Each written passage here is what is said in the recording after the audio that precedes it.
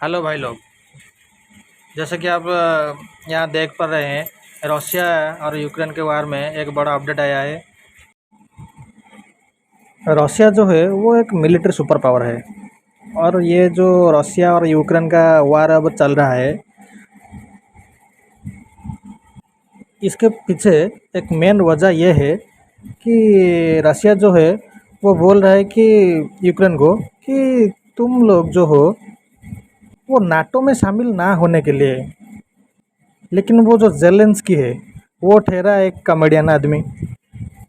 वो वेस्टर्न की इन्फ्लुएंस में आकर के नाटो ज्वाइन करने के लिए जिद में अड़ा बसा है। बट आज की तारीख में रसिया जो है वो एक मिलिट्री सुपर पावर है, बट उसकी इकोनॉमी उतना अच्छा खास नहीं है। इसलिए तो बोला जाता है कि रसिया की इकोनॉमी और चाइना की मिलिट्री, इन दोनों पर भरोसा कभी मत करना चाहिए। बट चाइना की जो इकोनॉमी है वो थोड़ा सा स्ट्रांग है, और रसिया का जो मिलिट्री है वो भी कुछ हद तक बहुत ही स्ट्रांग है।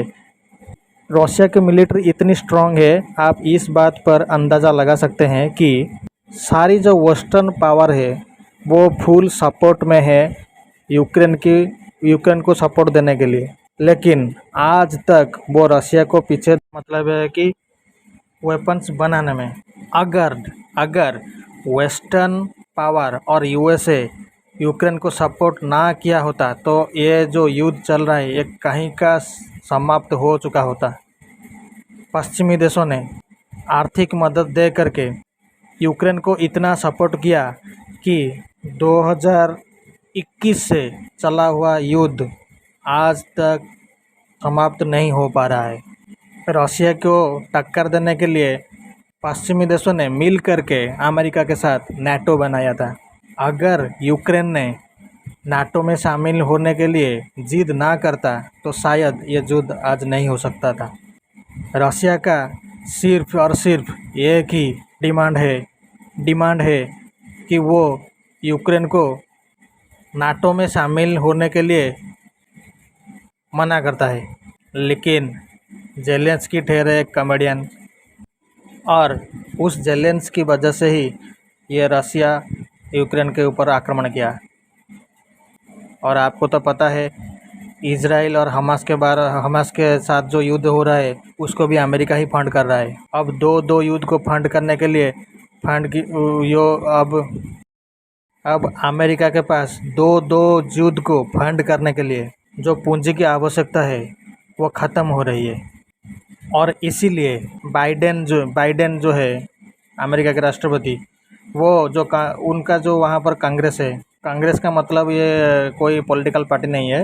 यहाँ पर कांग्रेस का मतलब है कि जो उनके पार्लियामेंट के जो सदस्य हैं उनसे कुछ खर्च निकलवाने के लिए उस कांग्रेस की कमेटी की जो अप्रूवल है वो लेना चाहते थे। लेकिन जो कांग्रेस है वो इस युद्ध को फंड करने के एग्नेस्ट में है। अभी हाल ही में रशिया ने यूक्रेन के ईस्टर्न के कुछ इलाकों के अपने हिरासत में ले लिया है। और आज की चर्चा यह है कि अगर मान लीजिए जो बाइडेन यूक्रेन को फंड देने में नाकाम हुए तो जेलेंस्की हो सकता है परहाप्स में भी अपना जो हार है वो स्वीकार कर सकते हैं। ऐसा संभावना है। मैं ये नहीं कह रहा हूँ कि ये होगा, लेकिन ये चर्चा चल रही है। रशिया और यूक्रेन के बीच में एक सीज़ फायर करने के लिए स्विट्ज़रलैंड में एक बंदोबस्त किया गया है, लेकिन ये टोटली वैल्यूलेस है। लेकिन ये जो युद्ध को बंद करने के लिए जो शर्तें यूक्रेन ने रखी है रशिया के सामने, मुझे नहीं लगता है कि उसमें रशिया राज़ी होगा। क्योंकि जो मेन मुद्दा है कि यूक्रेन नाटो ज्वाइन ना करने का, उसमें कोई उल्लेख नहीं किया गया है। तो मुझे लगता है रशिया इसको स्वीकार नहीं करेगा। तो देखते हैं आगे क्या होता है।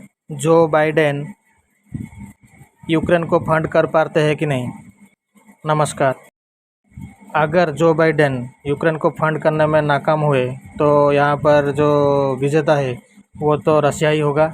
भले ही यूक्रेन ने ऑफिशियली तौर पर हार ना माना, Oh, Russia is the big winner of this war.